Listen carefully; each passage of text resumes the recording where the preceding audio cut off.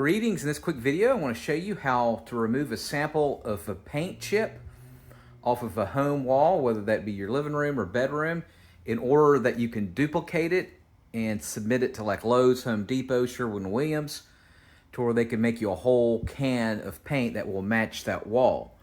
So, of course, let's say I want to mimic this wall to make the color match perfectly. Only thing I have to do is get a sample from the wall.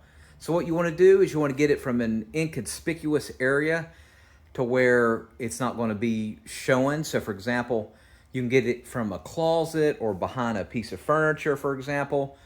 Or what I'm going to do, I'm going to actually get it from the sample from behind an outlet here. So I'm not going to actually have to paint a whole wall. So as you can see here, there's places around this living room where I want to cover up scratches and stuff with touch-up paint. So I only need like a half a pint. If you're going to do whole walls or a whole room, you're going to need a lot more, which is fine. It'll still work. Only thing I do is get like a little, like I said, a putty knife, a steak knife, or something like this. And you're going to want about a fourth of an inch to a half of an inch. So the only thing you have to do is just get you a little sample like this.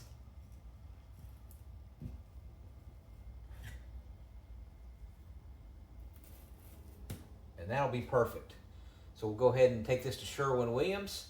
We're at our local Sherwin-Williams, so let's go ahead and get our paint. Yeah, how long the kids was here for?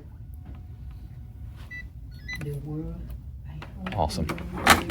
And I got 30 full ounces. This is the smallest container that they had it available in. I would have gotten it smaller, but you have to do what you have to do. And this little can here from Sherwin-Williams was 30 bucks. Now, if you go to Lowe's or Home Depot, it might be a little bit cheaper than that. It might be 20 bucks. If you're going to get close to baseboards and things that you don't want paint to get on, you can get blue painter's tape like this. I'll put a link in the comment section off of Amazon where you can get it, but it's fairly cheap. If you don't have blue painter's tape, you can use regular packing tape or something like that. No big deal. All right, to open it, just get you a little flathead screwdriver like this. And of course you need a paintbrush. Doesn't matter what size if you're just doing touch-up. Of course, if you're going to do a whole wall, then you need a paint roller would be best. Oh yeah, it's perfect.